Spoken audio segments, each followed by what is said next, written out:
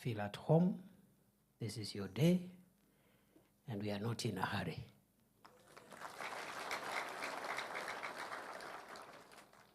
We are not in a hurry. Hatuna haraka. So msiwe na haraka ya kutoka hapa. Mumepata breakfast, I hope so. Kuna hata chai ya saa 4. Kuna lunch. Kuna chai ya saa 10. And because today is your day, hata mkitaka kukaa mpaka jioni, you are welcome. Si namna hiyo? Mkutano huu utachukua mwelekeo ambao nitaeleza hivi karibuni, hivi sasa.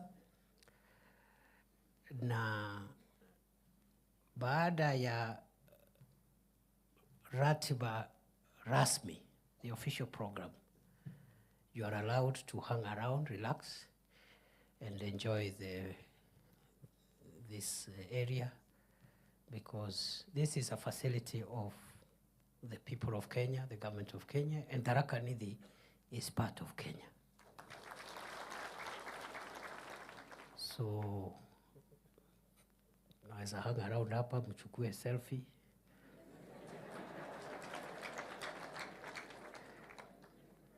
Hata wale ambao sio, naona wengine hapa ni watu ya my generation, and some are older than me. Sisi we are a bit conservative, lakini kuna vijana wale ambao ni Gen Z na hao wengine. Tuko na swimming pool hapa, mnaweza fanya swimming.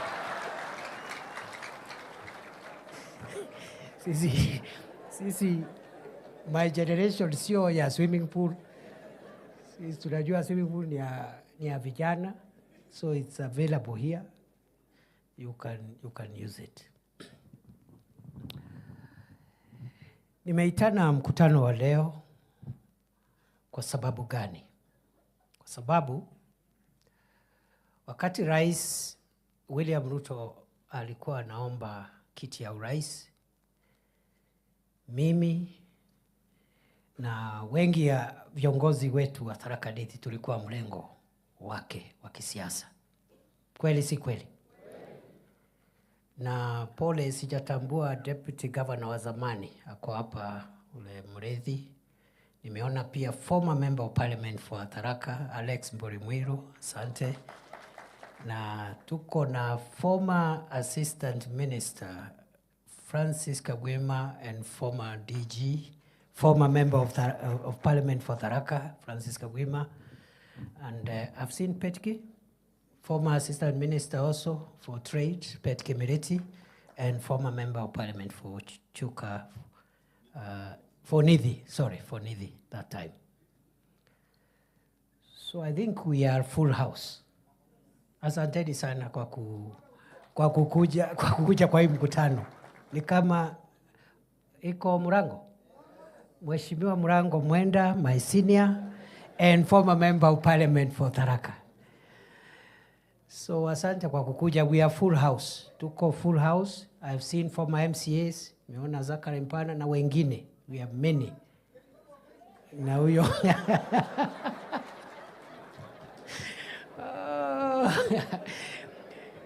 I think we are full house.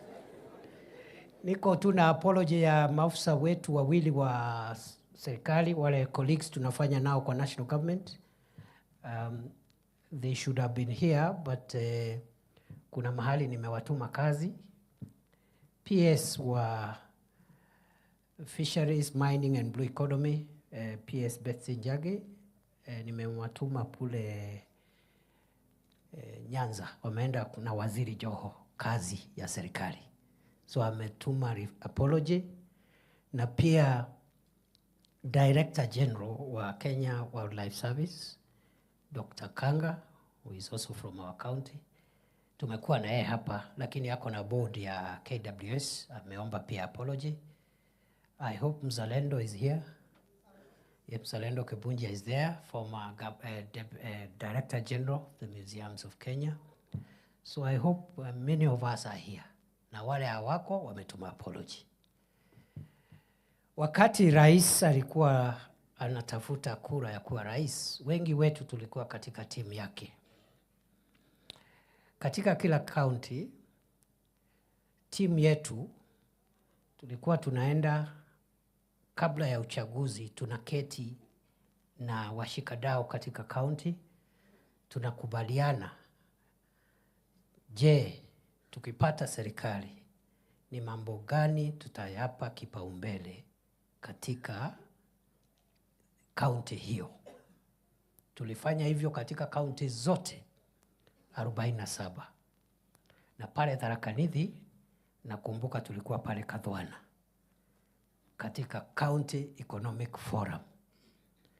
And at the end of the County Economic Forum, we were signing county economic charters. Kweli si kweli? Wakati tumeenda around the country,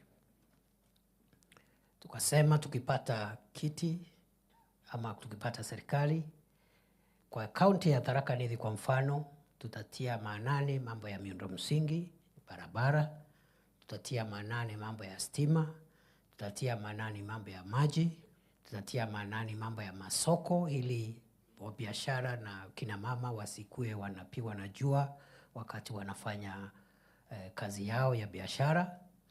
Tukasema vile vile tukipata serikali tutajaribu kufanya ile mambo ya kibiashara na kilimo ambayo yanaleta mapato kwa mfuko wa mwananchi, tuboreshe sekta hizo za kilimo.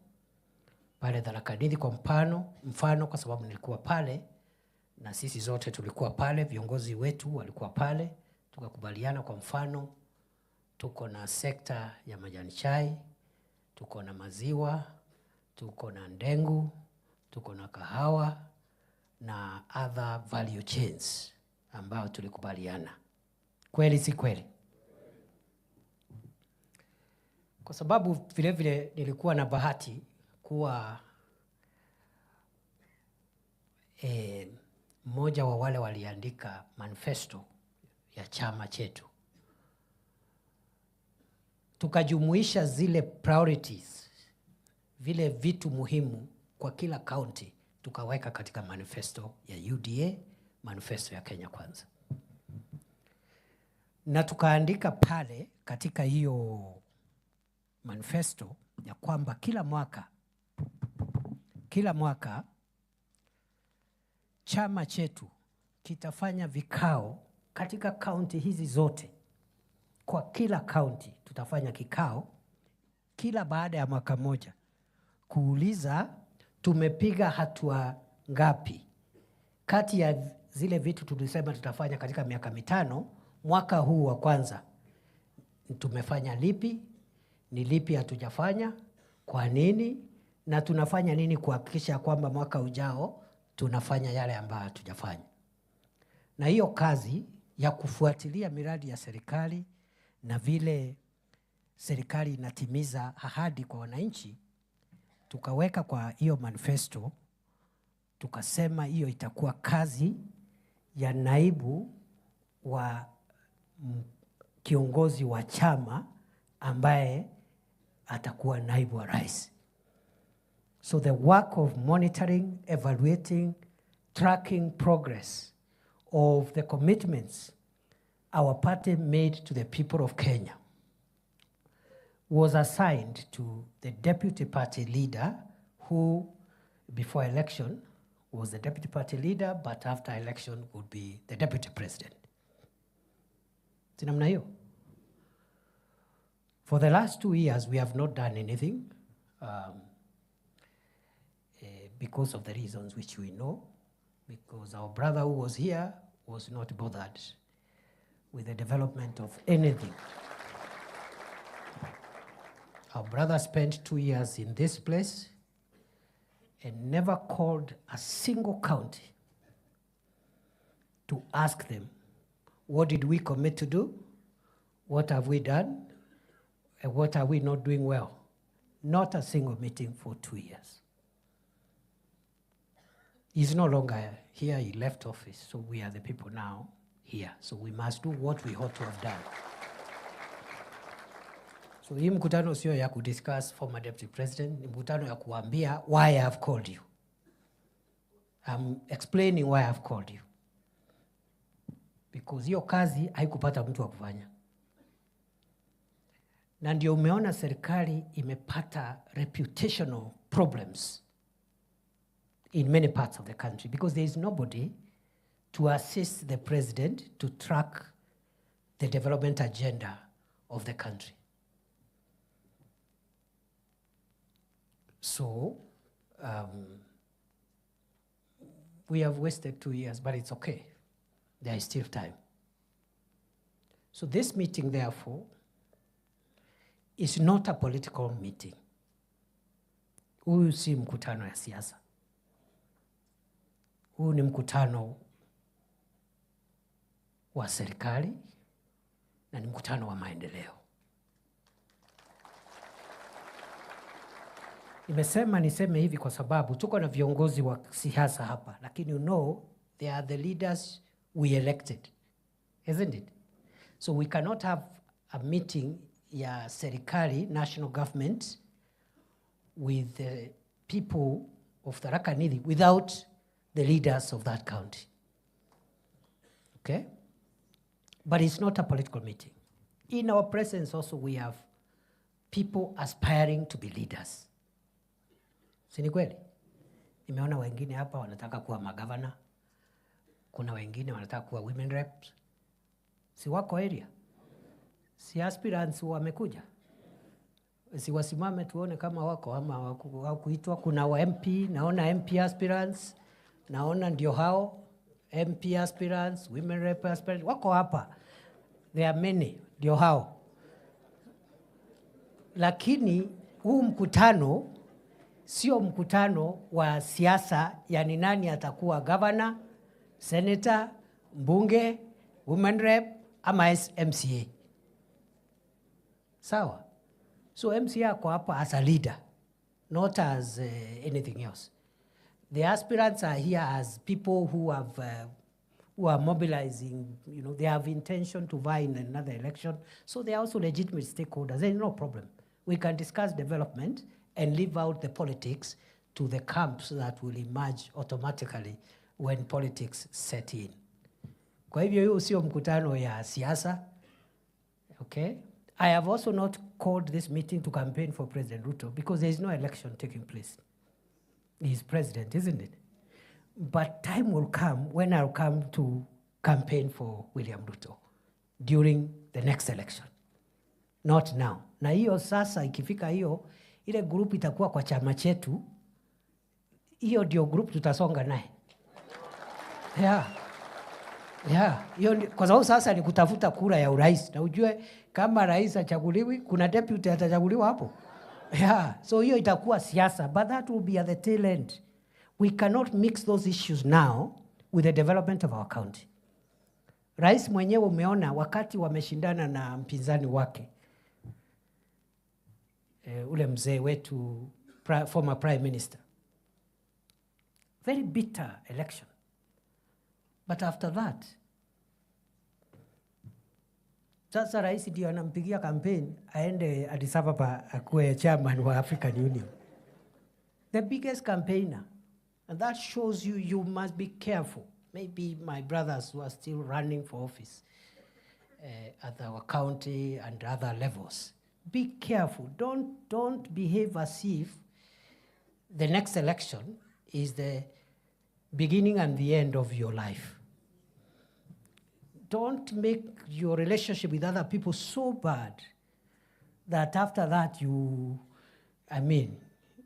cannot talk. And I'm glad to see some of our former leaders here. Because if they had broken relationships with the rest of us, they would not be here. Sinamna hiyo? Wapigiwe makofi former leaders wote. Yeah. I've also seen our professionals here. I've seen my senior brother, Professor Kithaka Wamberia, a very distinguished son of Kenya. He's from our county. Are there other professors here? Professor Randu Joseph, who for many years was the departmental head at the University of Nairobi. I think it's a transport or something. He was doing something in geography. You know, these are our biggest assets. So if we politicize these meetings, they will keep away.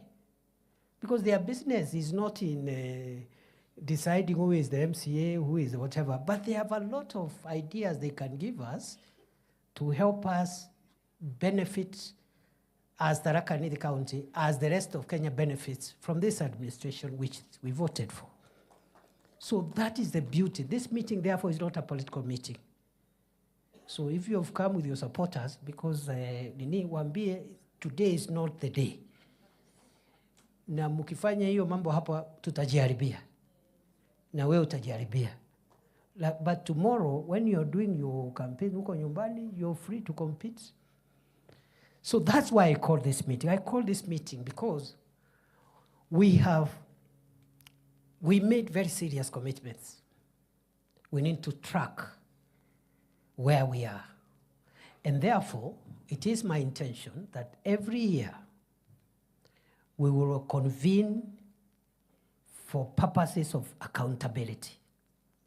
That at the end of every year, the pressure I want you people now and the rest of Kenya to put on me as Deputy President is to ask me after 1 year, on behalf of President Ruto, can you tell us what his administration has done on roads, energy, water, electricity, you know, all these things, isn't it?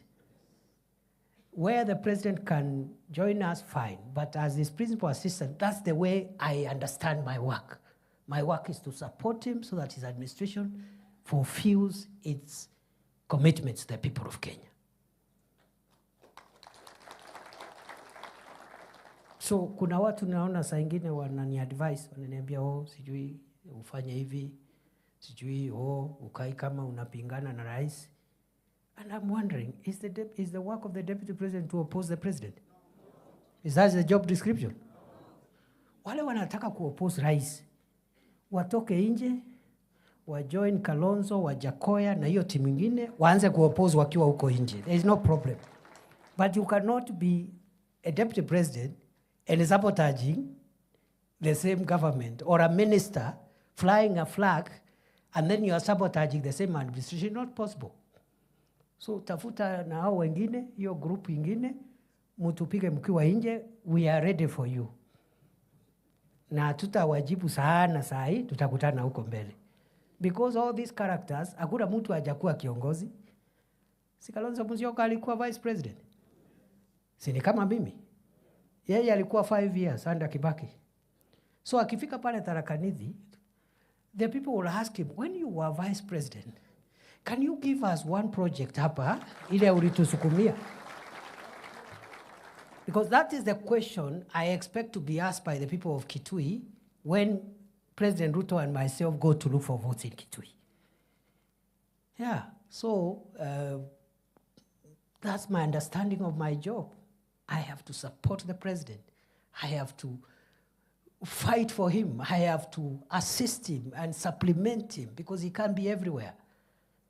Na hii kazi kama hii routine work like this, that is the work of the principal assistant of the president, so that we retain the work of the president to be general vision carrying, the carrying of the national vision and performing high-level presidential events. For example, some of the things we want to unlock in our county. When the roads are unlocked and they are complete, now he comes as president to commission complete projects. Lakini saa hii kwa sababu zimekwama, ni kazi yangu kukwamua. Si namna hiyo? Nitafute mawaziri, nitafute ma-PS, nitafute everybody. Ikikwamuliwa ijengwe, rais anakuja. But it can't be the president coming there to try and unlock projects.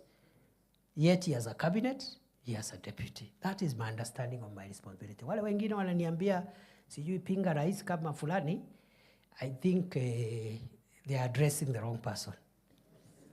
Yeah, maybe they are talking to somebody else. Sio mimi. So we intend to be very focused and very deliberate and we mean business. And I want to assure you, the people of Tharaka Nithi, as I've assured other parts of the country, you will get maximum benefits from this administration. Otherwise, what business do I have to hang around if we will not get maximum benefits? So we'll do our best. Lakini musiende kudanganywa ati ndio sijui hii county isaidiwe ati the next county must lose. We cannot win, isn't it? We cannot get what we want. So who said for one county to gain, another one must lose? It's not true. Yeah. Because we have a country to keep. And therefore, mimi naomba tu munitoe kwa hii siasa ya sijui ya MP, ya MCA, ya governor, ya senator. I will leave that. Munisaidie. Kwa sababu mkiniingiza hapo, whether you are defending me or attacking me, unless you really are sabotaging me, you should not drag me in those politics ya nyumbani. Unless your aim is to sabotage me. Kama hiyo ndio aim ni sawa, nitaelewa. So sasa nikianza hapo, ati sijui this ward versus the other ward, this constituency versus, we will lose it. And I saw how my predecessor lost favor, even from leaders from his own village. You know? Even your own MP, akutaki. I cannot wait for that to happen. If Kina Kareke here and Kina Njuki, Kina Murugara think I am doing nothing, what business do I have to go to Nyanza and other places? Sini wachane nayo. Yeah, if my own brothers, my own neighbors don't think I'm of any value. So musiningise kwa hiyo mambo ya nyumbani. Pia niseme ya kwamba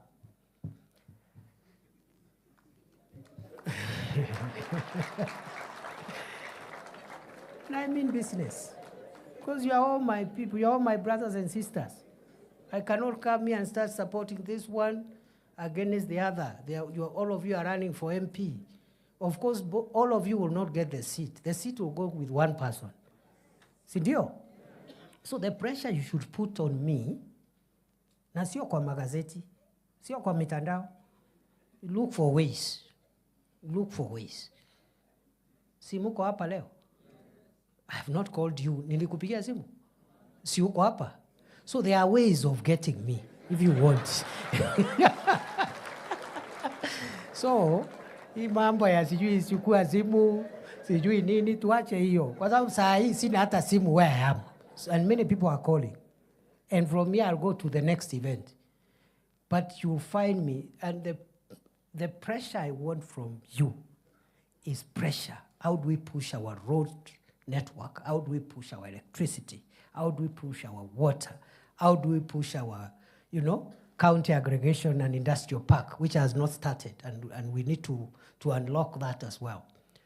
That is the pressure I want from you, because if we push the development agenda, the government will look good, our people will also benefit. Si namna hiyo? Lakini msiende kuniambia kwa ati unachukua TikTok, unaenda kusema, sijui tunaambia naibu wa rais, sijui nini. Sasa, so unless you're part of my opponents, if you are part of my opponents, it's okay. There is no problem. Tutakuja sasa kupiga campaign, nikijua you are on the other side. Yeah. Alafu wengine, you have a problem with the next person. Uko na problem na MCA, uko na problem na governor, senator. You take advantage ya hiyo shida uko nayo, then you drag me there. I'm defending the DP. I don't need defense.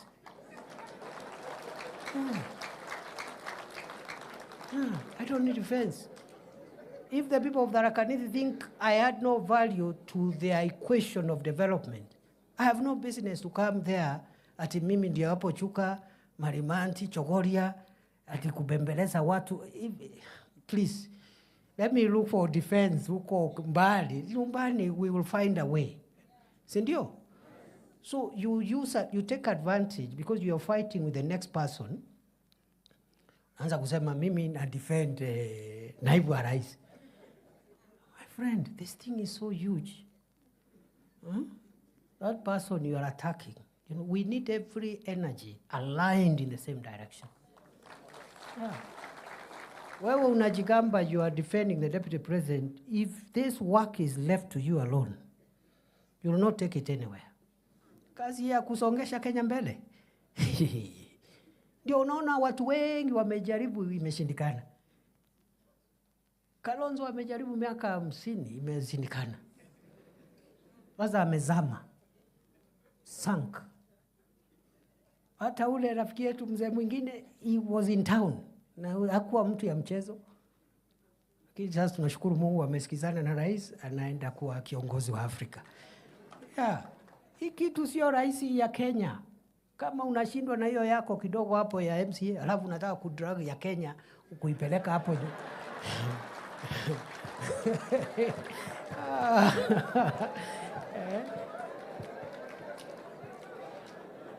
So sikiza. Mimi sikiza. Pale nyumbani, I need your blessings and your support, all of you. Not some of you. Because some of you hatutafika anywhere. I need everybody, including the person you have a problem with. I need that person. Yes. Tumesikizana? Yeah. So this is home talk, in family talk, don't worry. Let me go back to the default system, which is the national discussion we are having. So we have an agenda. This is the government, and I've been I played some role in the Kibaki administration, in the Uhuru administration, in different capacities, and now in the Ruto administration. As far as I'm aware, the first government to do a manifesto was the Kibaki government. But it was never followed up for implementation. Tulichaguliwa, Kibaki akachaguliwa, wale walichaguliwa, there was no implementation. Luckily, Kibaki had a very strong focus on the priorities he had committed to the people. So he succeeded, but there was no monitoring and evaluation, and there was no tracking of progress. And when Kibaki was asking to be re-elected in 2007, nobody asked him, have you delivered what you told us? It was just simple politics. Yeah, Kibaki was a Raila. And 41 against 1. Very dangerous politics. Uhuru came with a manifesto. But we never followed the implementation of that manifesto. And when Uhuru was asking for re-election in 2017, nobody asked him what he had done with the first term. In fact, he came with a new manifesto for the second term. Ile aliita Big Four. Si ni kweli? Yeah. But this time round, this government is going to add value to our governance in two respects. One, we are tracking the 168 commitments that we made to the people of Kenya in 10 sectors, 10 areas, one by one, to see how far and how many of them we can implement before the next election. Ndio hiyo manifesto isiwe ni karatasi. And I'm going to demonstrate to you just now how we are doing that. Number two, I suspect the next election, more than any other election, this government will be asked, you promised us this, tell us what you've done. Si ni kweli? Yeah. So Kenya is maturing. That is good democracy, because if a president does not get re-elected because they have not performed, that is a very good democratic culture. But you cannot remove a president because of stupid politics ya ukabila, sijui ya nini, mambo ya bure hapo, you know. So, good people, mimi nataka niwaambie, we will do our best. The last 2 years, President Ruto has struggled with very difficult issues, just like President Kibaki when he took over from President Moi. President Kibaki's first term was terrible. It was difficult. He himself was unwell. And some characters around him were the ones running government and making decisions, making very unpopular pronouncements, but Kibaki was very committed. In 2 years, President Kibaki became the most hated and the most unpopular person in Kenya. In 2005, 2 years after his election, the first time, 3 years, he brought a referendum. He was defeated in that referendum. You remember Banana Orange? He was defeated. He dissolved the entire cabinet. He was left with the old man, is a Moody Award or something. Yeah. So what is happening around here is something that has happened before. And why President Kibaki and President Ruto? Ask yourself why. It is because any transformative leader who has an idea of what to do about key sectors that define a country's transformation, many times the decisions that leader has to make to transform the country are usually unpopular. They are not popular. Populist leaders make popular decisions, okay? I'll give you an example. This universal health care that we are focused on implementing, it's not the invention of Kenya Kwanza. Professor Tharaka and the others, the scholars will tell you, President Kibaki intended to bring universal health coverage when Charity Ngilo was minister. Aka-introduce the topic, siasa kama hii ikakuja, Kibaki retreated. Ikakufa.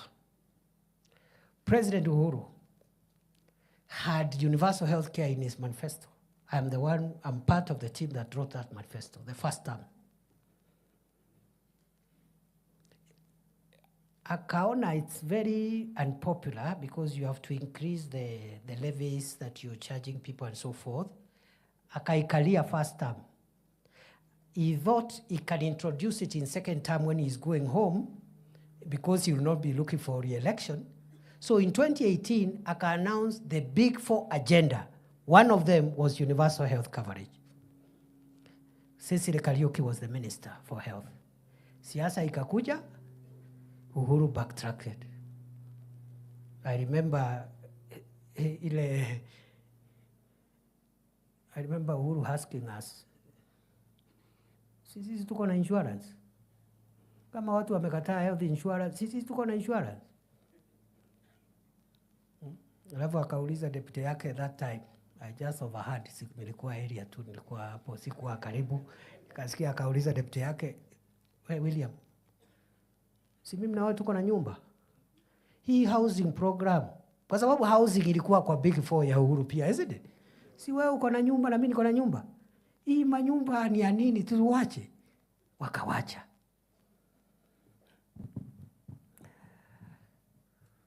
Brothers and sisters,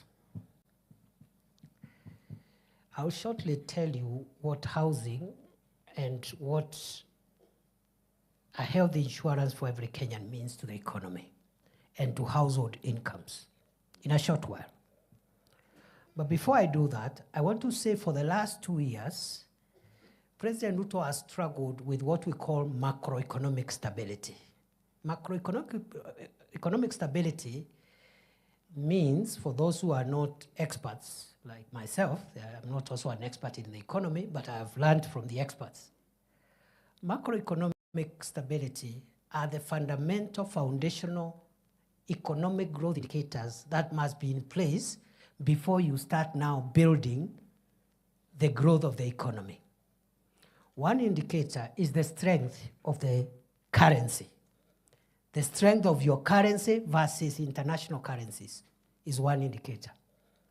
Another one is something called interest rates. The rate at which people borrow money, those who are doing biashara, nini, interest rates. And are businesses having access to affordable credit at moderate interest rates. The third indicator is called inflation. How fast do the price of goods keep on rising? The fourth indicator is called the price of fuel, because fuel, it defines so many things. It defines the cost of power, it defines the cost of transport, it defines the cost of production, industrialization, and what have you. So the price of fuel, interest rates, inflation, strength of the currency, and of course the country's liquidity, its ability to manage its liquidity, the debt situation, is the debt sustainable? Those are 5 macroeconomic indicators. By the time President Ruto took power, took the leadership of the country, Kenya was on the verge of insolvency. Many people think, watu wengi wanafikiria wakati tunasema nchi ilikuwa mahali pabaya, wanafikiria tunajaribu kupiga Rais Uhuru Kenyatta. The country was not in that shape because of President Uhuru. It was because of global situation. The main one being the total shutdown of the economy for nearly 1.5 years because of COVID-19. Nobody in Kenya left their home for more than a year. Curfew, you can't go anywhere. There is no business running. So you can imagine shutting down the economy even for a day is costly. Ask me, I am the immediate Minister for Interior. When riots used to happen and the economy of Nairobi is shut for one day, the economic cost is so huge, is in billions. So you can imagine the entire country shutting down for 1.5 years. That is what caused all the problems we found when we took over. The dollar was very strong against the shilling. President Ruto in the last 2 years has worked on the interventions and policy decisions that have made the dollar stable. It was at 165, 167. For more than 1 year now, it's operating between 127 and 130. And there's every likelihood it will go down. People will ask you, sasa, mimi mutu ya nyombu metengero kana atunga, ya? Kana mbumete chera, mambo ya dollar. How am I affected by the dollar? I will show you how you are affected by the dollar if you are from Shera or Gatonga or Ngeru or anywhere else in the county. Hizo vitu watu yetu wanaenda kununua madukani hapo Marimanti, hapo Chogoria, hapo Kadhwana. Most of those items are imported from abroad because our manufacturing capacity is very, very small. All the household items, many of them are imported. They are imported in bulk from China, from other countries. The person importing them pays for those items using, they have to convert Kenya shillings into dollars. So if the shilling is weak, you need more shillings per dollar. And you use more money per container to bring one container. And when you go to sell in Chogoria, the price, if the shilling is weak, the price will be higher to the customer buying those things in the shops in Chogoria. If the shilling is strong, like it is now, you use less shillings to get $1. You will therefore use less money to bring one container of the merchandise. The value, the price of that item in the rural areas will be a bit moderate. That is the connection between a strong dollar and the person in Kondi and the person in Mudambe. So our shilling now is strong. It will become even stronger. Inflation was at 9.6%. Now it is oscillating between 2.7 and 3%. interest rates, the central bank lending rates was, a year ago, was 15.8%. Today, it is 11.25%. It is going to drop the next time central bank meets in the monthly policy review meeting. Meaning, again, people will ask, what is the connection between interest rates and an ordinary person doing some juakali business in Chuka Town, okay, in Chakariga, or even in Magutuni? Interest rates. This is it.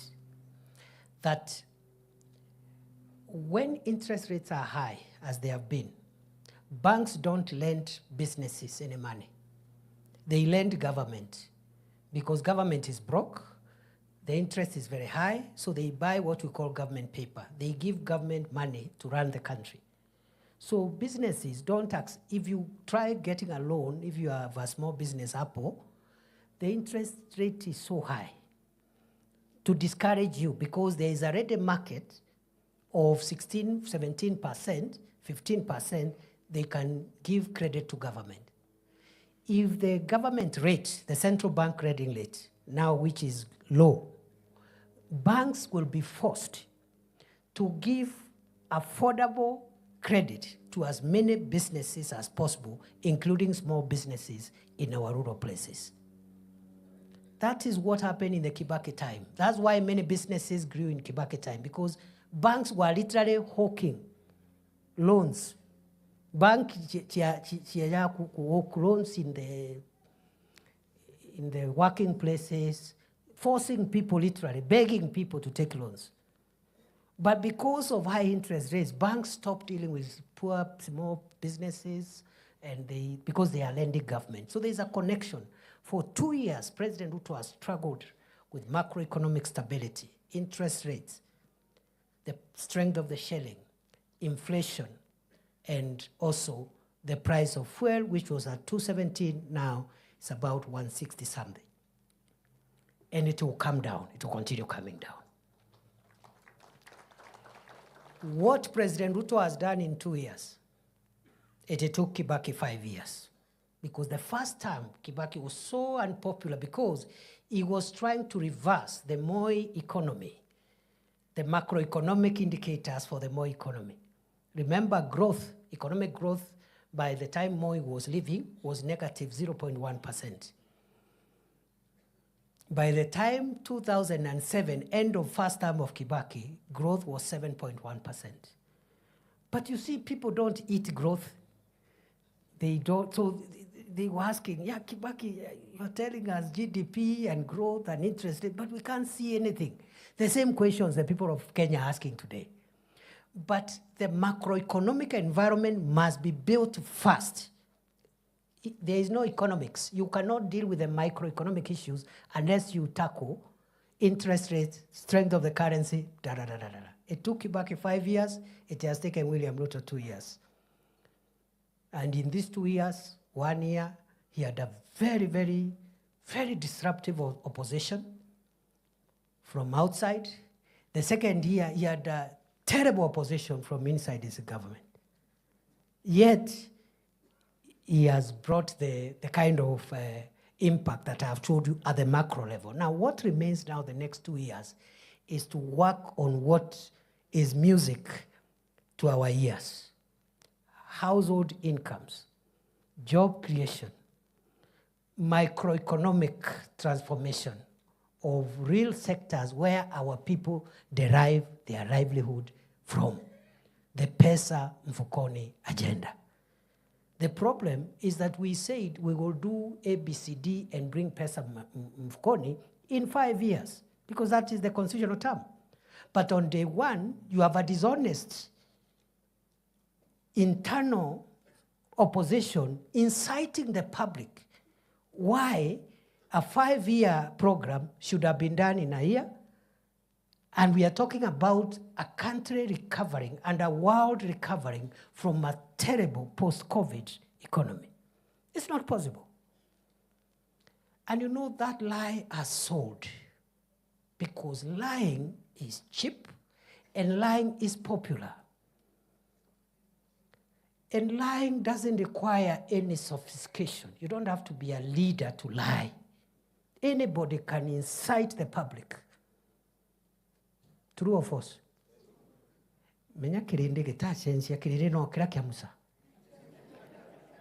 People don't hear things like wait or we are doing. They don't want. They want now. Where is the money in the pocket?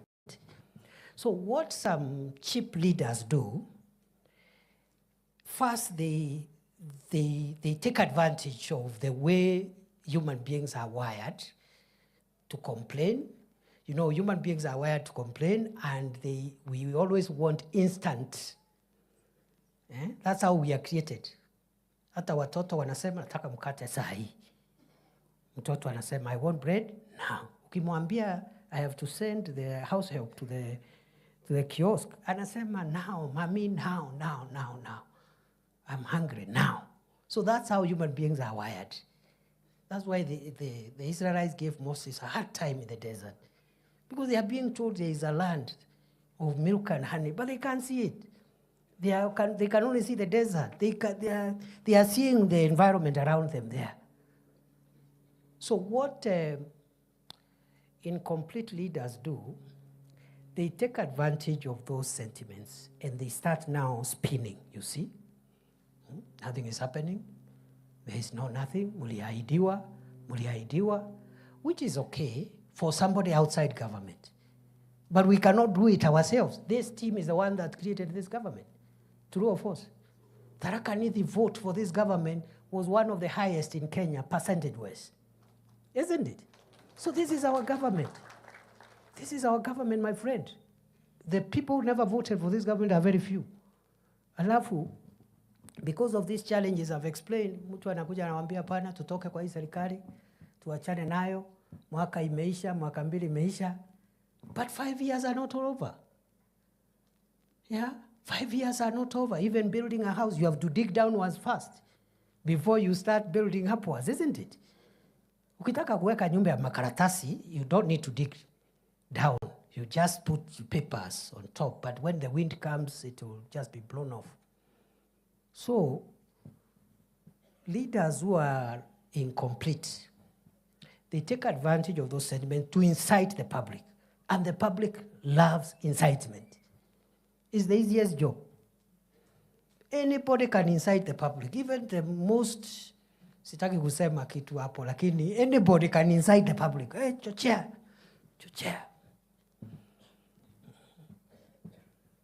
That is how Barabbas secured his release on the day Jesus Christ was put on the cross. The Bible says his main job was causing insurrection and inciting the public against the authorities. Biblia yuga aeretwe athaikitwe awetwe athaikwa nuntu wa kwingira mwingi kuchochea umma. And 99% of the people calling themselves leaders are in that business. The work of a leader is not to listen to what the people are saying and assist them in saying it. Because if you listen to what they are saying and you assist them in saying it, so what is your role? And number two, many of the things the people say are not correct. But they say it because they do not have the facts that you and I have. They have not come to current, they have not been briefed by the deputy president, so they don't know. So the work of a leader is to guide the community, to guide the people, to tell them this one is okay. Yes, we need these 5 things, but this one, right now, it is possible. This other one will require a year or 2. That is the work of a leader. If your work is to follow the people, you have no business calling yourself a leader because it is the people leading you.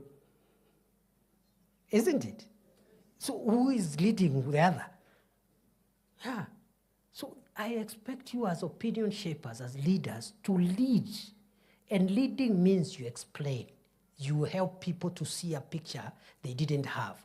You assist them because God has blessed you, you have some extra information, assist them to see things differently. But if people shout and say, we want this now, and it is not possible, then you go there and carry placards and start saying, yes, yes, yes, we want. You have no business calling yourself a leader. And that's why you see a good leader is not popular all the time. But a good leader is popular at the right time. I repeat, a good transformative leader is not popular all the time. I have told you how Kibaki was very unpopular in 2005, 2 years after he was elected almost unanimously. But by the time President Kibaki was leaving in 2010, 2011, many people in Kenya were saying, I wish Kibaki could get at that term. True or false? Those of us who use this road to central Kenya, that's when the dual carriageway, Thika superhighway, started being built in 2009, 7 years after Kibaki's election. Not in 2003. That's when people saw the superhighway. Yeah, 50 kilometers from Nairobi to Keno. Kibaki did that without speaking Kikuyu and without climbing on trees to explain and publicize his love for the people of Gema. In fact, I was a young man. I served briefly in his government. If you are from central Kenya and where we come from, and you try to speak to President Kibaki in your mother tongue, he will tell you off. He has no time for nonsense.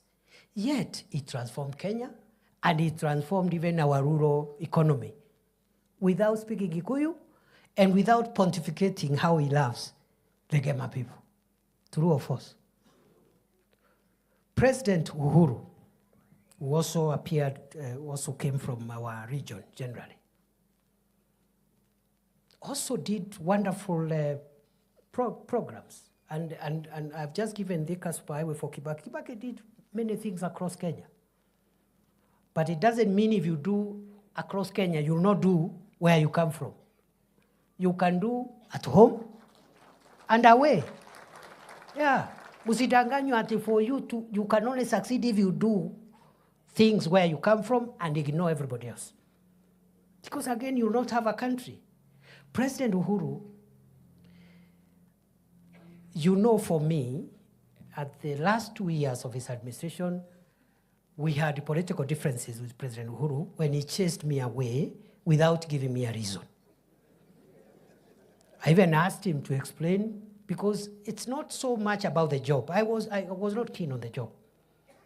In fact, that break gave me a bit of time to reorganize my personal issues, which had gone haywire because of my, I'm such a passionate person. I get committed to public service. So some private issues ilikuwa imeharibika. Nilitengeneza wakati Uhuru alinifukuza. Sasa niko sawa. Nilitengeneza zile miaka 2 Uhuru alinifukuza, hapo ndio nilijipanga mambo yangu ya nyumbani hapo. Unaona fence imeanguka, unarekebisha fence because you are not available. Fence imeanguka when you are serving the public. So President Uhuru, I had problems with him, political problems, the last 2 years after he chased me away without giving me a reason. So I told President Uhuru, it is okay, I am going to leave because I see you have made a decision. But please, tell the people of Tharaka Nithi and their Meru people and the people of Kenya, tell them, what is this big sin that this son of Tharaka Nithi has done? Ndio wajue, nimeiba? Am I corrupt? Have I insubordinated? What have I done? So, hakunijibu, tukakosana kidogo. But to his credit, President Uhuru is the one who started the Dongokundu bypass in Mombasa, which we've just completed. We found it at the tail end as Kenya Kwanza. President Uhuru, for us locally now, okay, because you need examples away and local. For us, The highway Kibaki left in Keno, he took it to Marwa. Isn't it? Isn't it? Sio ni kusonga. Hata sisi, hata kama iendi the way we wanted, iende, but still our journey is shorter today. Mpaka pale Makutano. True or false? Without speaking Kikuyu, without preaching to us every day how he loves Gema. Yeah? So I'm wondering, these other people who say they love us, they have never convened one single county, including the county they come from, to discuss development ya hiyo county. Hii upendo ni upendo ya kupeleka wapi? Munisaidie tu kuelewa. Me, I don't understand. What kind of love? And must you speak about it? Just do it. Just do. This love, just do it. We will see it. So today, I have called you to tell you that this administration, having laid the foundation, the economic foundation, that would have even taken longer. Okay? Kwa sababu kama bei ya unga 2 kilos ni 250 na inaongezeka by 10 shillings every week, you have to put money in subsidizing production to have enough maize so that if you have enough maize, you don't import anything, the price of maize flour will come down. That is what President Ruto was doing for the last 2 years. That is what has made unga to come from 250 to 120, around there, 110. Wearing sufurias on the head could not have changed. And the people wearing sufurias on the head, they had their time. Some were vice president. Everybody. Even some of the people I saw the other day, I don't know, saying things, they were also in government. They were ministers of water, ministers, I don't know what. So, mimi nilikuwa interior minister Makambili. Nilisukumana na 3 things. And I didn't know I would leave after 2 years. In fact, I thought best case scenario, I'll be there for 5 years. I thought so. Sikujua nitakaa 2 years. But there was a problem in the north, ile banditry. There was a place in Lamu here, the Boni Enclave, where we have many people, including immigrant communities, even from Tharaka Nithi. They are doing agriculture in Lamu there. Terrorists were butchering them every day. So there was terror, there was banditry, na mambo ya passport. And today, now that I'm no longer in interior, if somebody asked me what I did as interior minister, I may not have done 10 things, but I'll quote the 3 things that I achieved. Isn't it? So, kwa sababu wakati wa siasa itafika, wale tutashindana nao, including my brother who was here. He was deputy president for 2 years. 2 years, deputy president. He will tell us also, as deputy president, what he did for all the counties of Kenya, including Tharaka Nithi. Mimi nimesema annually, every year, I will be giving my account. So yeye atasema, wakati alikuwa deputy president, he pushed this road, he pushed this project, he pushed this dam for us. Then hapo tutashindana mambo ya maendeleo. So it's going to be very rough. Watu wasifikirie, it's going to be so rough, my friend. Very rough. It's not going to be easy. You cannot come to incite people at barriers. Mtu amefiwa na loved one, unakuleta vijana hapo kupiga kelele. Sijui kwa wedding. Ama musician ametengeneza event, it's not even your event. Wewe unaundadia hapo, unakuja kuleta kisirani. And that habit is dangerous habit. Our area where I was born, this area, general area central, we are not known for violence. Those behaviors were elsewhere. For the first time, and I'm speaking as the immediate interior minister, I was so downcast to see people burning each other's property in Karatina, in Embu, for the first time. People who know each other. Unajua ile duka ni ya fulani, supermarket ya nani, he has employed 20 children from here. unaenda unachoma. Dangerous politics driven by poor leadership. And I have not said leaders should not listen.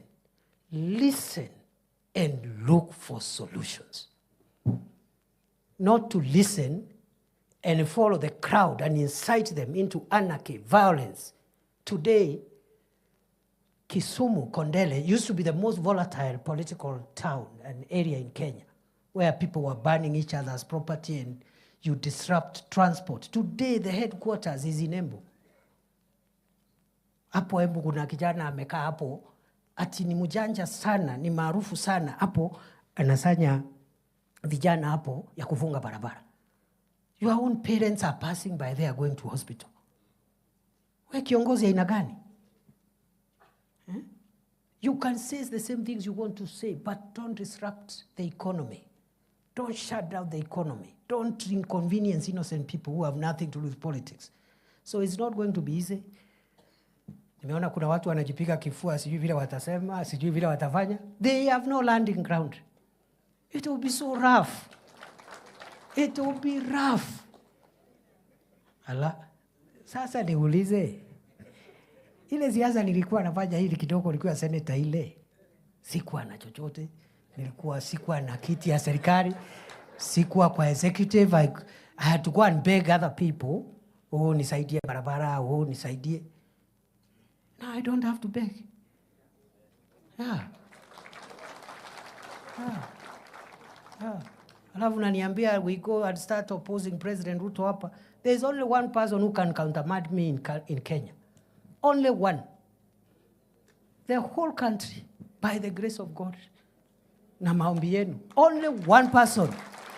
One. From the executive, judiciary, legislature, 2 levels of government, everywhere, the whole country, God, by His grace and your prayers, only one person can overturn my decision. Sio ni baraka? So we should make use of it to assist our county, to assist Kenya. Yeah. So, wale wanategea ati, yani, na sasa governor, my brother, bro, and these other brothers and sisters hapa, tukue serious, bro.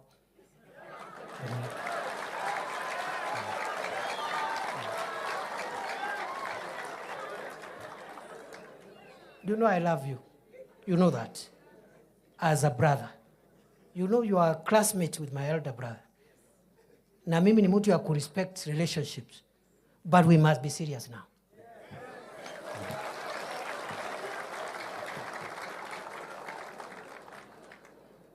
I met with my sister Cess, the governor of Embu, who is also my sister and somebody I love and somebody we've walked a long journey together, politically. Kamwambia sasa wacha nikuongeleshe my sister, not as the deputy president of Kenya. Wacha nikuongelesha kama ndugu yako and your age mate. And you will do nothing about what I'm going to tell you.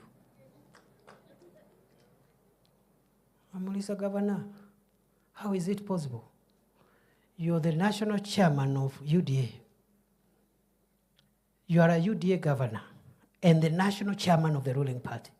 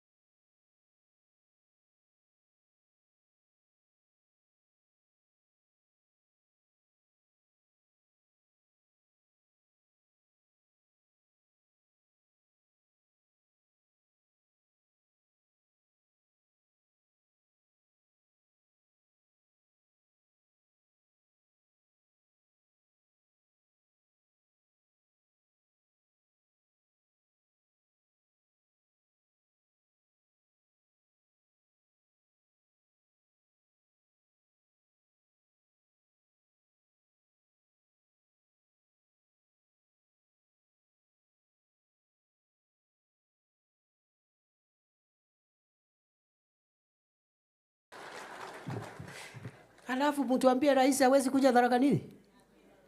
Atapigwa kelele na nani? Wale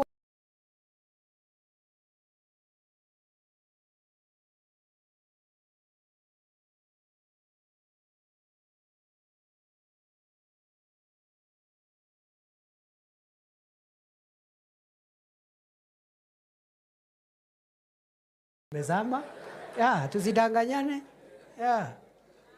So muniambie kama tukimaliza kuna mambo tunataka ku-unblock hapa na pale.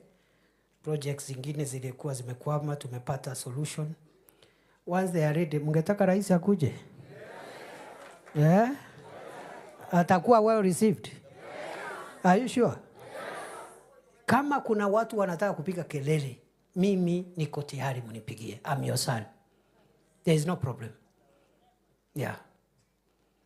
So, hiyo Embu tumesukuma. Hii Saturday tuko na event pale Embu ya 20,000 seated. Wakuketi hapo. Hii ni 1,000 na kitu. Hii ni 1,500 hapo. 20 seated. Ya maendeleo sio ya siasa. So watu wanaongea juu hapa, mtu amejawa na kiburi mingi. Hati sijui mimi, tumeona watu wengi my friend. We even disagreed with President Uhuru Kenyatta when he was the commander-in-chief, when it became necessary. Because kuna wakora walienda wakamteka nyara hapo, akalose something hapo.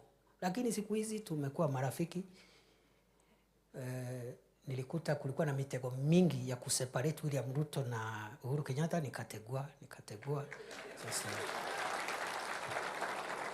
because we cannot afford to have our retired president talking with complaints out there. It is wrong for a country. And he is the only living former head of state we have. If the nation was in a crisis bigger than itself, we will require somebody with enough stature to be able even to speak to President Ruto and call the nation to order. Mzee Moi rested, Mzee Kibaki rested. That other person can only be a retired president, and that is Uhuru Kenyatta. He's the only one. The rest of us, we cannot, President Ruto is our boss. But as a retired head of state, he has the moral authority, if there are some things, to have a discussion with the sitting head of state, and they will agree on how to salvage the nation. So, sasa ni mabesti, tuko hivyo, tunaendelea kusonga namna hii. Alafu watu wengine wadogo hapa wanatutisha. It's because we don't talk. Wanatutisha, sijui tutafanya. Ufanye wapi? Pitie wapi, my friend? Utapitia wapi? Where now? Siku ile, niwache. Sitaki kurudi kuongea mambo ya pale. Na weli ya karonguru karijagira nkanga mathoni nontu wakwaga inya.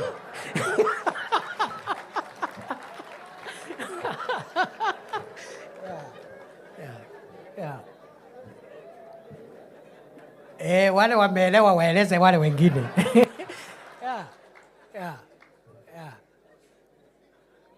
Karonguru karijagira nkanga mathoni nontu wakwaga inya.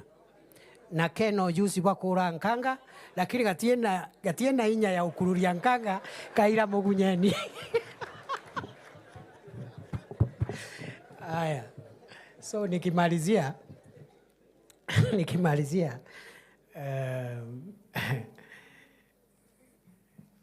what are we doing now? Hapo Tharaka Nithi, we know we have stalled projects. We don't have to repeat it here. I'm the one who launched all those projects. The only senator in Kenya who launched projects. That time, now, and maybe in the future. Na unaona watu walikuwa wananisukuma hapo, wananipigia kelele hapo. The only senator, show me another one.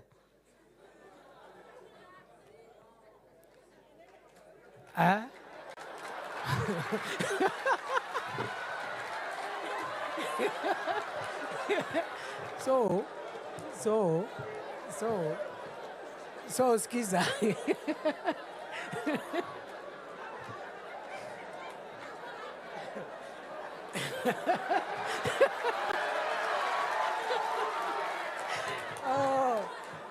Lakini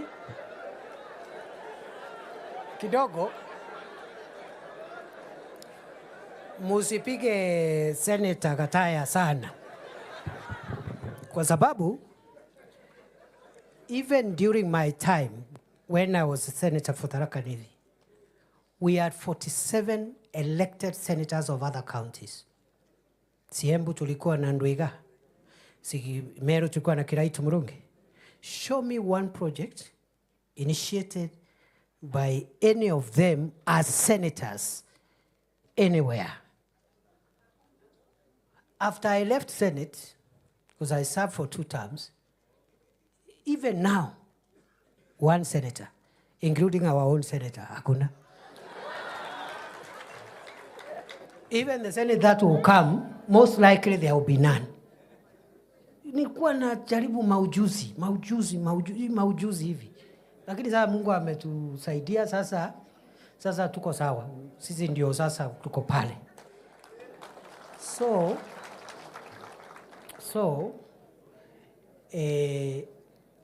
I know all those road projects. We are going to revive and complete all of them.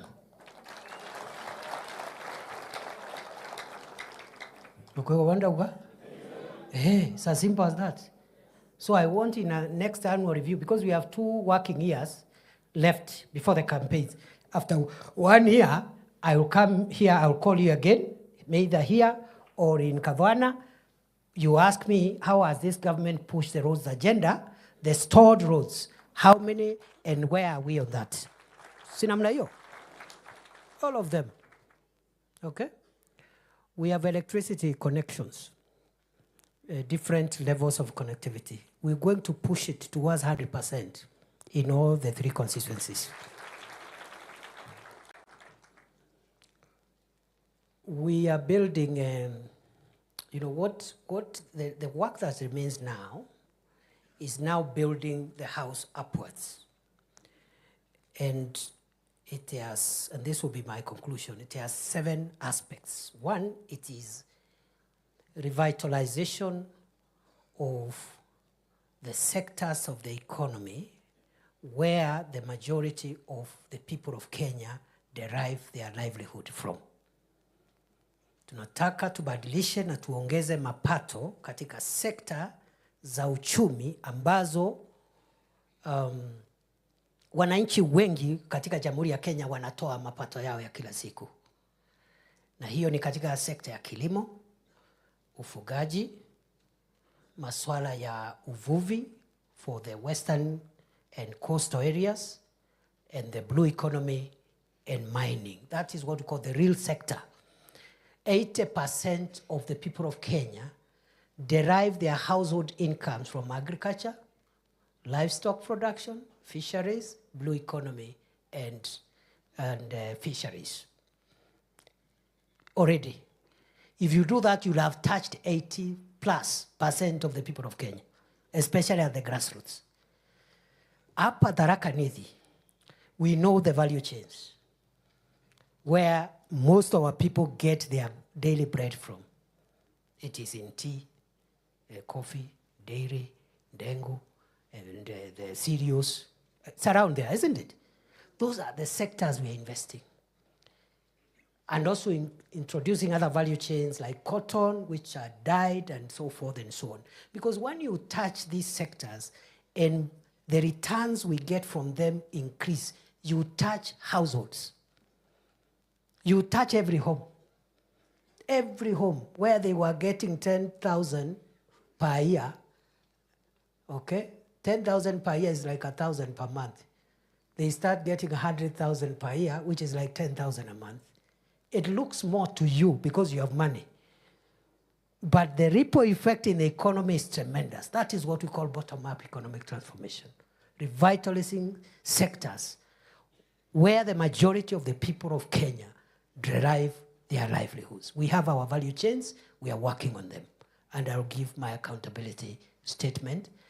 in due course. The second thing we are doing is to put in place the support infrastructure to help these value chains bring in more wealth and more incomes to the people. What do I mean? For us to transform agriculture, livestock, fisheries, and the blue economy sectors, and mining, we need good roads, road infrastructure. That is a support infrastructure. Power, electricity. Then we have what we call county aggregation and industrial parks, because we have to move to value addition. And Governor, we need to have a conversation. We see how we can support you to expedite the Tharaka Nithi County Aggregation and Industrial Park.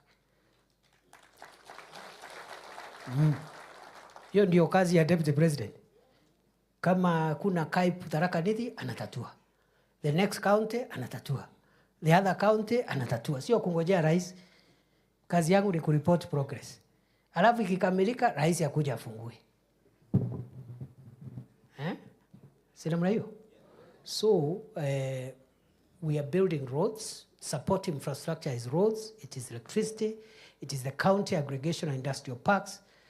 In some counties, regions, we have special economic zones, which are part of that infrastructure. We are also building markets so that you have dignified places where trade can take place, and an aggregation and value addition center so that we stop selling raw materials. We add value.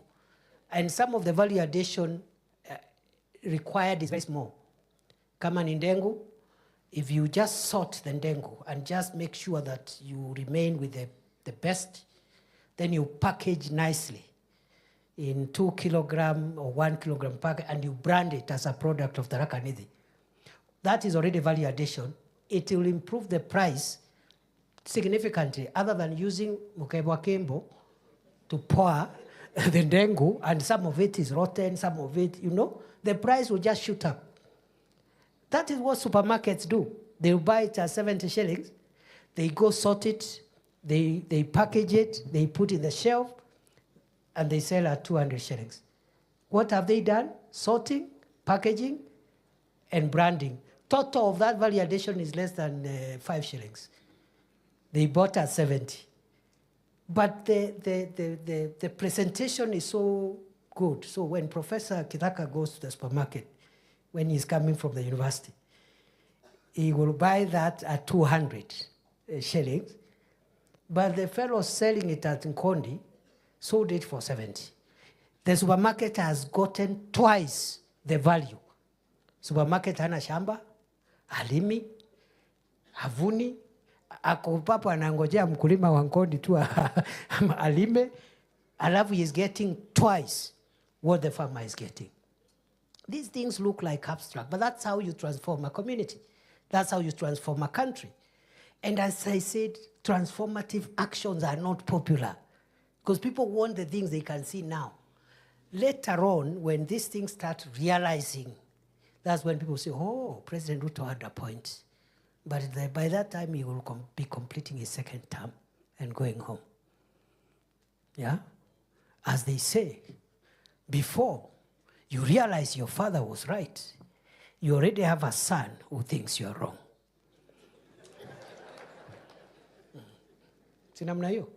And for the ladies, before you realize your mother was right, you already have a daughter who thinks you're wrong. So it's okay, we are not looking for popularity. The time for popularity will come, and we'll canvass popularity politics at the right time. The third thing we are doing is investing in the housing program. People don't understand the housing program. The housing program sorts out many things. One, it increases the Human Development Index of Kenya. One of the reasons why some countries are top among the rich countries of the world is the quality of dwellings, houses that their people live in. Singapore, for example, is the most developed country in the world. It is 99% of the citizens of Singapore are home owners. Almost everybody.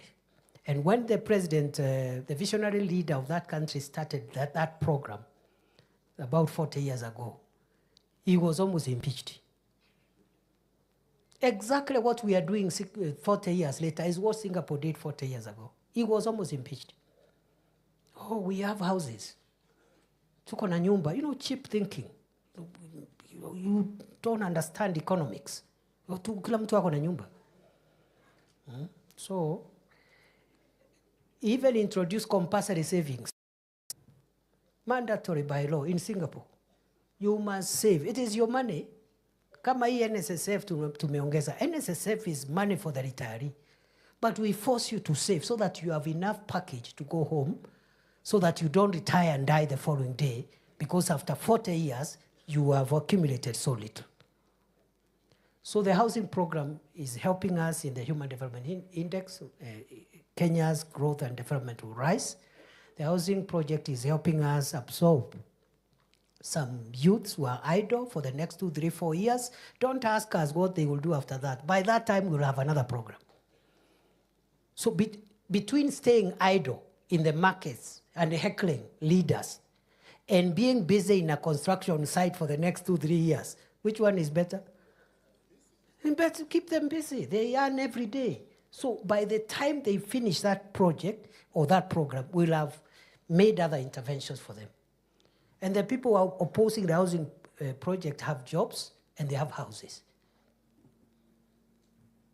It is also helping us to resuscitate the construction sector, cement, steel, sand, all those things that go into construction.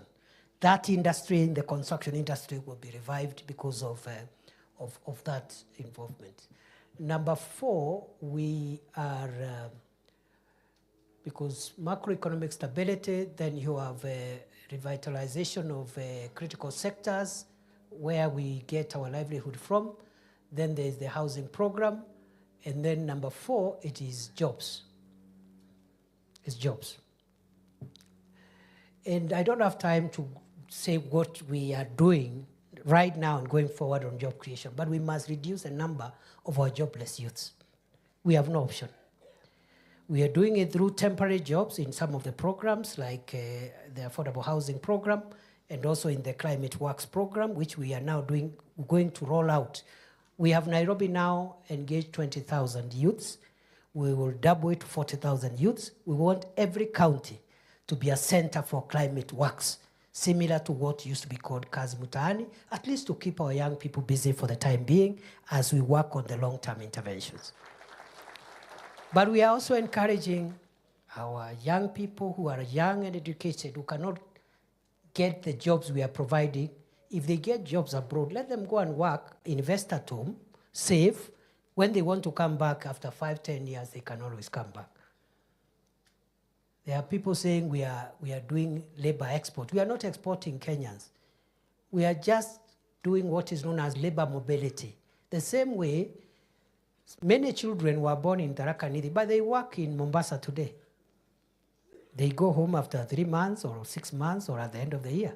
They are still children and sons and daughters of Tharaka, Nithi, but they work in Mombasa, isn't it? What is the difference if the person is working in Dubai? The one who doesn't have the job in Mombasa? There's no problem. In fact, the person in Dubai, when they are coming home, will reach Tharaka Nithi before the person coming from Mombasa reaches Tharaka Nithi. Because it's under 5 hours to Jomo Kenyatta and 2 hours there. Huyu mwingine akikalia barabara kutoka hapo Kilindini, kufika Nairobi 8 hours. Na amechoka. Another transfer, another 3, 4 hours. Tafika the following day. So in a modern world, between keeping our youths idle and getting them jobs anywhere, we would rather get them jobs wherever we get a job. They invest, they save, they are always welcome to come back home. So tunasema we are programs for kazi kwa ground, kazi mtandaoni, na kazi majuu. We are also creating ICT jobs. Hiyo ndio kazi mtandaoni. ICT, through the ICT hubs, digital jobs, content creators, and the creative economy. So we have that job agenda, which we are pushing extremely hard to make sure that that we need. So I'm left with two last ones, that is health and education. All the five I have mentioned are in the economic sector. The two last priorities for this government are in the social sector. One is health. SHA is not working, SHA is not working, SHA is not working. Before 2022, the National Hospital Insurance Fund, NHIF, covered only 9 million Kenyans, adults and children, including the secondary school children, 9 million, through EduAfya. To be eligible to join NHIF, you must either have a payslip or some other ability to pay the subscription. True or false? NHIF, either uko na payslip ama uko na uwezo wa kulipa ile subscription. Today, after just rolling it out for 3 months, and we are going to continue for the next 3 years, we have 18.5 million Kenyans with a medical insurance, from 9 to 18. We will push it to 40, 45, 50 million. That is what we call universal health coverage. Why? Because it is not only the employed people and the people who can pay who fall sick. See, everybody gets sick. Si kila mtu anakuwa mgonjwa. Why have an NHIF that caters for somebody with a payslip and somebody with ability to pay? Taifa Care, SHA, universal health coverage, is to make sure every citizen have a medical insurance to take care of their medical needs when they fell ill, because everybody falls ill. That is the aim. Many countries have struggled with universal health care. It's very problematic. In America, Obama brought it in 2016. The Supreme Court dismantled parts of it. It's very political. But it is very transformative for every Kenyan to have an insurance. Why? Because, as I have said, everybody falls sick. Kila mtu anakuwa mgonjwa. Number two,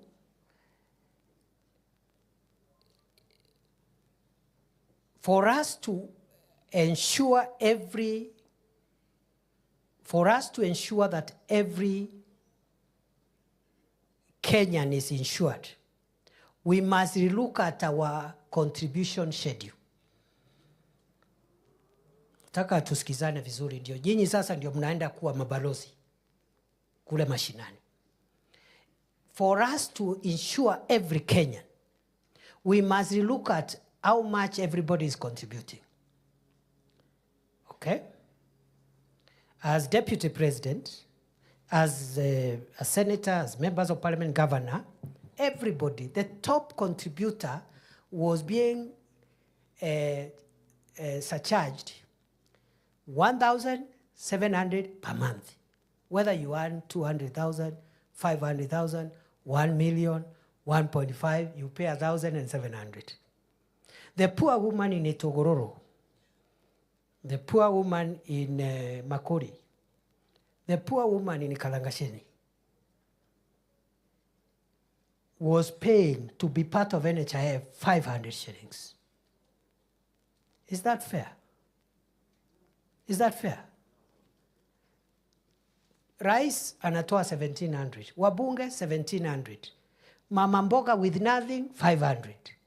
So what this universal health care has done, we have said those who earn more, you be deducted a little more, you pay a little more to allow us pay for everybody, including the person who cannot raise any money for the insurance. And that's where you are having the discomfort. The discomfort is coming from me as Deputy President, or from the Member of Parliament, or from the governor, because we are paying more. So that our relatives who calls us for Arambe every week, 5, 10 Arambes, stop fundraising and stop selling their land. We are paying a little more, it's a bit uncomfortable, so that all our relatives, our neighbors, can each have an insurance fund, scheme. That's why people are opposing it. So ukisikia vita, ni vita ya watu ya siasa. Deputy President, Governor, Bunge, because hao wabunge, wacha niseme tu because nilikuwa senator juzi. Walikuwa wanakatwa 1700. Sasa wanakatwa 30,000. They are the ones opposing it, sio hawa from other places. Na hiyo 30,000 is so that you stop doing 100 harambes in your constituency every day. In fact, you spend more money in those harambes than the 30,000 to ensure everybody gets a medical insurance. So, na tumesema ule mtu ya mwisho tumepunguza sio 500 ni 300. So how can you oppose a cheaper medical scheme? Na tumesema we are developing a means testing tool so that the person who is assessed and they can't pay the 300, they get the insurance free of charge. Hapo ndio fitina inakujia hapo. Because wale wako na pesa wataki kunini, wanataka kukaa hapo, watu maskini huko chini, wao wana beg and worshiping them to come and do fundraisers for them. Because they have sold the farm, they have sold the cow, they have sold the chicken, they have sold everything. They are poor, the last resort, mheshimiwa, DP, kuja tuchangie harambee. And because you want to keep people needy, you oppose it so that you'll be there to throw a few coins. Alafu unapigwa makofi. Hey, mheshimiwa, you are a great man. May you live forever. Okay? It took the courage of President Obama to get Obamacare in America. Although the Supreme Court amended it a bit, it is what is serving America today. And we thank God Obama became president before the current president, because I don't think it would have sailed through under the current administration. So, President Kibaki, brilliant son of Kenya, tried to bring universal health coverage. Politics stood on the way. And he was advised by the characters around it, let us be popular. Sisi tuko na insurance. Acha watu wafanye mambo yao. President Ruto, or President Uhuru, before I come to President Ruto, well-meaning, well-intentioned, introduced housing, introduced universal health care. Politics came through. He pulled back. Good people, this time round, we are not pulling back.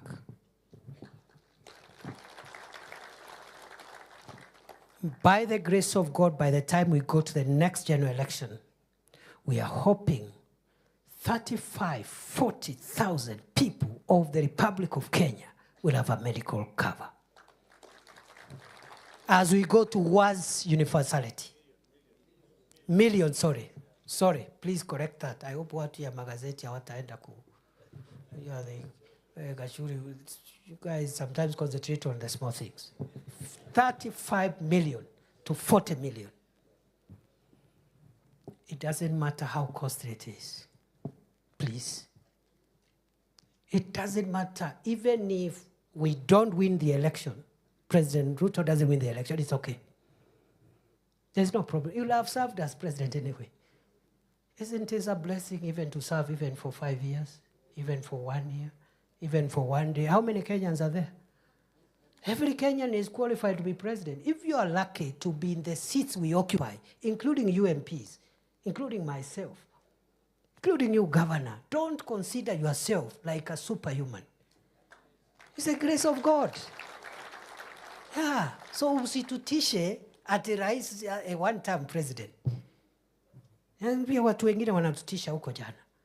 Ati our job is to make sure William Ruto is a one-term president. That is your objective. Here too. Just that. And you will have achieved a lot. President Ruto is lucky to be among the 5 Kenyans who have occupied the seat of President of Kenya. Some, 24 years. Others, 10 years. If he gets 5, so be it. If he gets how many days, so be it. There are many qualified people. The same for me. I told you when I became Minister for Interior, niliangalia siasa nikasema, at least hii first time labda nitaserve hapa. Maybe if we win a re-election, maybe the president will take me in another ministry, I don't know. But I thought perhaps I would stay for 5 years. I stayed for 2. So I had to work every day as if that is the last day in office. Yeah. Mimi nimekuwa naibu wa rais. Today is the 89th day in office. I am working as if this is it. Hakuna siku ingine ni tu.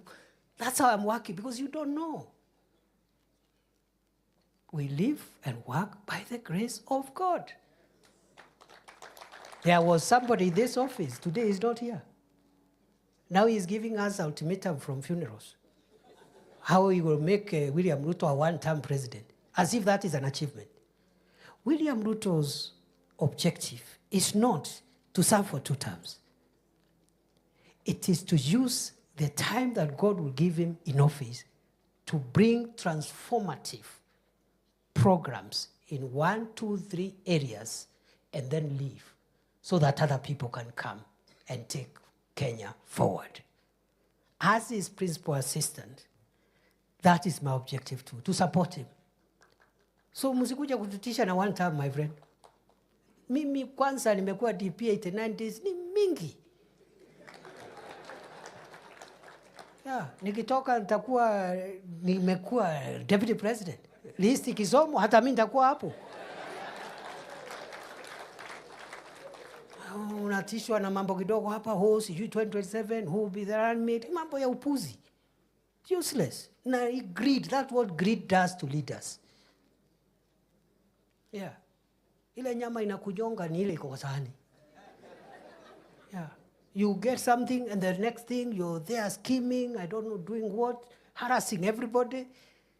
My friend, nani alikuambia hata tutakuwa ile? You don't know, so please. So sisi tuko focus. Na kama unatutisha na 1 term, tafuta another threat. Even 1 term is okay. Yeah, it's no problem. But the issue is, after that 1 term, what will he say?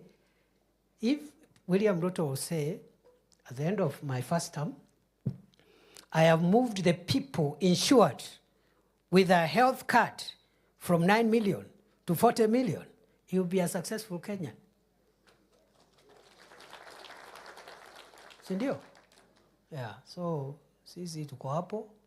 Then we also want to do educational reforms, because education is what runs the entire country. It's the software that runs the country.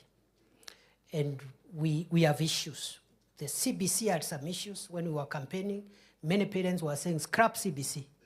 So we had to do some adjustment, and I'm grateful to the scholars and the people who were in the Presidential Working Party. They have re-looked at some of the proposals. CBC now is fairly getting steady. But we have issues with the university funding model. Many universities were almost becoming bankrupt.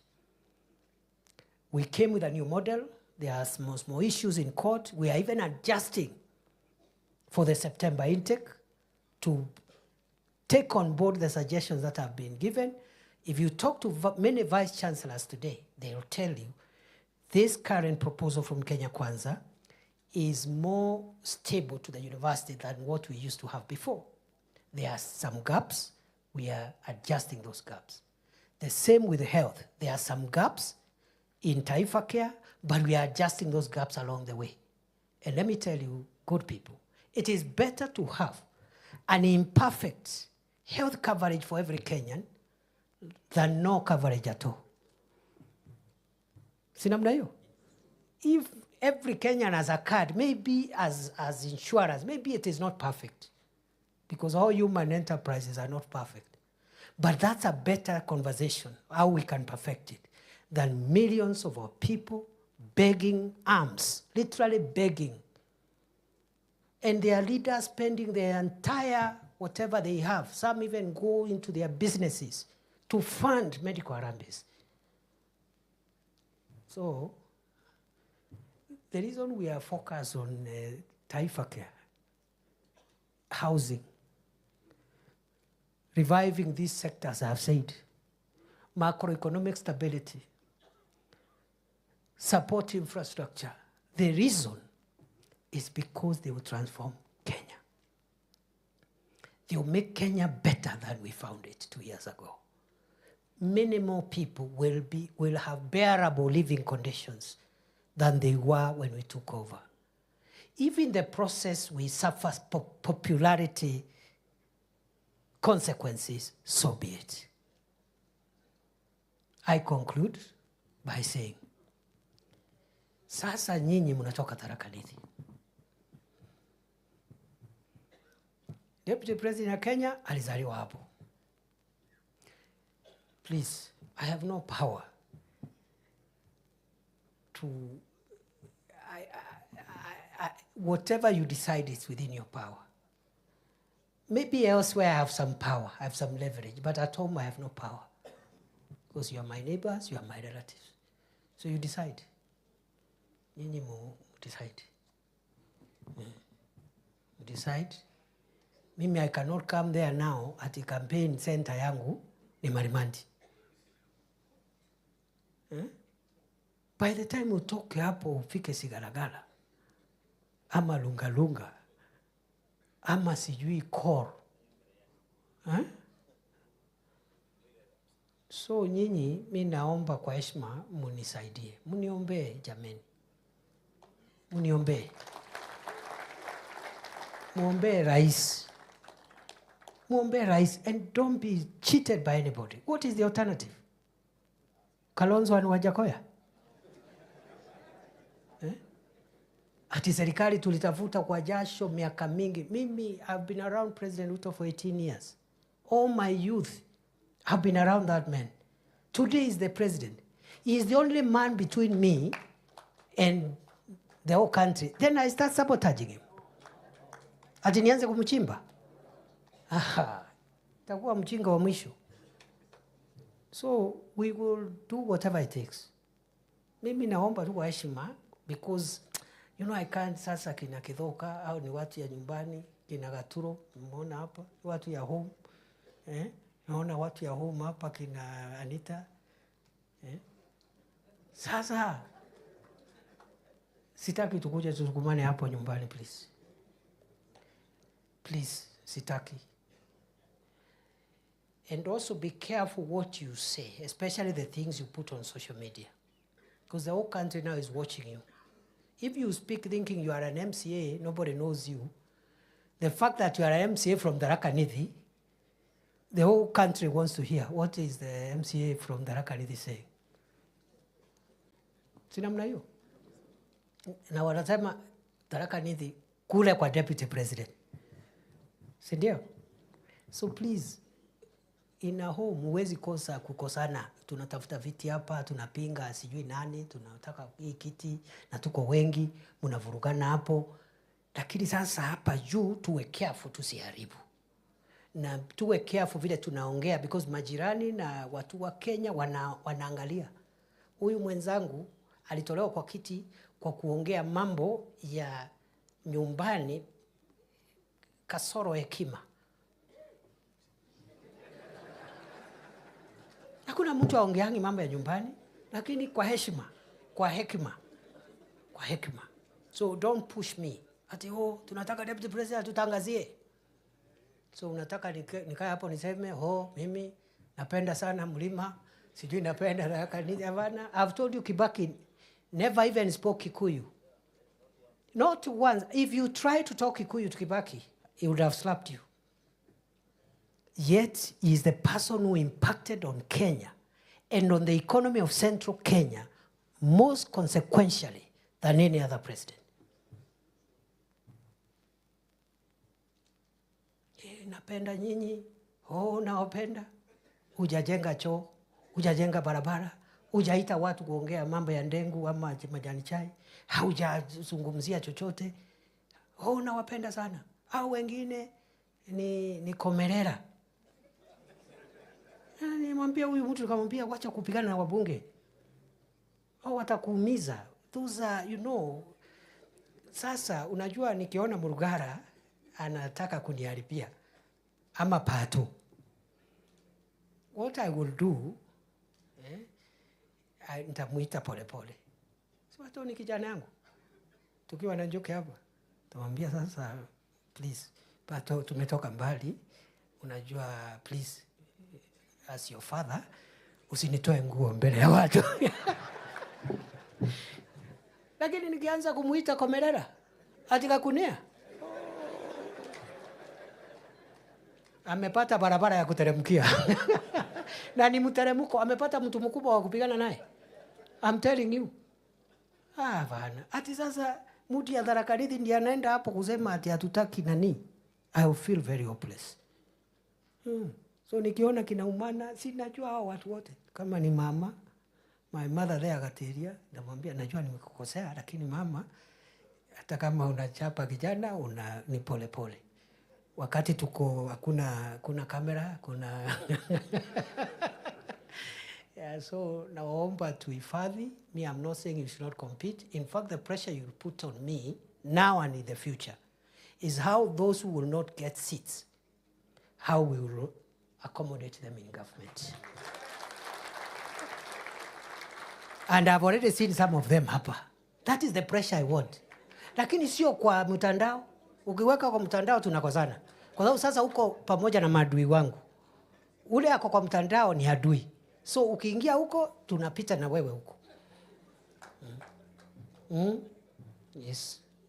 But the healthy thing is to say, you know, tuko na viongozi wetu, where can we fix this one? How do we support this area? Na tujue Kenya to take the country forward, and that's the heavy task President Ruto has.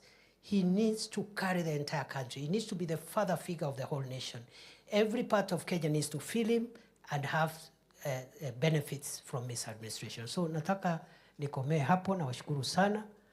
Mimi leo ni siku ya Tharaka Nithi. We are going to proceed as follows. We are going to take a short break. But we will take the short break. For 10 minutes, we take a cup of tea. And then for 20 minutes, we look for space. We have enough space here, kwa hii compound. We go into constituency groups. Si tuko na constituency tatu. But I want to persuade you, we create a fourth constituency. And that is the constituency of women, children, affairs, PWDs. I know we have our women rep who normally their mandate is around that agenda, and it can be lost if it is lumped with the general development issues. Because these are sectors that require affirmative action and special measures, even under the Constitution. So between the women rep, I am told now you are vying for a different seat, but you are still the women rep. Ama umewacha? Okay, bado uko pale. Plus those who are, it's okay mweshi. Plus those who are looking for the seat. Aspirants wote wako hapa. Sio ni agenda yao, ndio tawachia vile whoever carries the vote will be our women rep. So that cluster ikuwe separate, iongee hiyo maneno for 30 minutes. So 10 minutes for tea, 30 minutes for constituency groups, 4 of them. You caucus and agree, each of those groups, you will agree on 5 priorities that you require from this government. You have heard the things I've said for the last 1.5 hours. Useme sisi kama Mara, we have these tolled roads, tunataka zote, serikali ikiwezekana, itafute pesa to complete these roads. Number 2, we have this major water project. There are many other water projects, but this major one. Number 3, maybe electricity. Number 4, just 5 priority areas. Si namna hiyo? The governor, the Excellency Muthomi Njuki, and the women rep, and the senator, the honorable senator, because they are county leaders, they are free to hop into the different groups so that they don't look like they belong to one corner, if they choose to, but they don't have to be there. The members of parliament, you can choose either to join your constituency or you appoint someone to run the consensus. We know these things. It's just that we want to build broader consensus. So after the 40 minutes total now, we come back for the plenary. For plenary, every constituency to identify somebody to read out the 5 priorities. You'll be given 3 minutes, every constituency. And I suggest it should not be the member of parliament reading. Mutafute mtu mwingine hapo, ndi hata yeye, awe ndi ana address deputy president. Mimi nitaketi pale na notebook. So mmoja akuja hapa, kwa Chuka Igamba Ng'ombe, wa Tharaka akuja hapa, wa Mara akuja hapa, wa those special interest group akuja hapa. After that, and don't give speeches. Just say we agreed for our 5 priorities are 1, 2, 3, 4. 3 minutes, you sit down. Hakuna haja hata ya protocols. So you already established the protocols. Sema tu, ongea, just talk. And then after that, we will, because today is not a political day, it's not a day to talk. It was a day for me to tell you what I expect from you and what you should expect from me. Isn't it? After we report those in those groups, we will make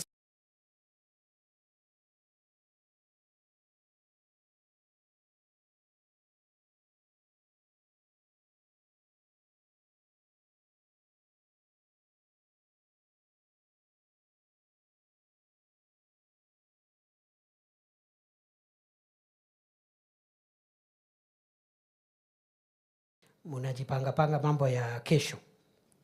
This is not the place. So on behalf of the MCAs, the speaker utasema tu jambo, but not as an aspirant for Chuka Igamba Ng'ombe. Kwa sababu hapo mnavurugana na pato. So today is not the day. Siku ile mutarudi, you can continue with your maneno. Ule atapata, akuwe mbunge. Ule atakosa, muniletee ni mutafutie mahali kwa serikali. Because both of them are my brothers. Number 2, then on behalf of MCAs, we'll ask the constituency MPs, just 1 minute each. Then the senator, the women rep, the senator, the governor. Then finally, I'll ask maybe a member of the clergy or other people, or maybe the professionals. One professional to come and give us 2, 3 sentences, because again today we'll have a meeting with professionals alone, because your input cannot be transacted in a 5 minute whatever. So the professionals can agree, one of them, and then the clergy, the clergy will come and close for us with the blessings, with a prayer, and after that, we will go for lunch. After the lunch, maybe before we go for lunch, we will remain here. Maybe the leaders will retreat, we all remain here, so that you'll be given the logistical information of how you'll go home.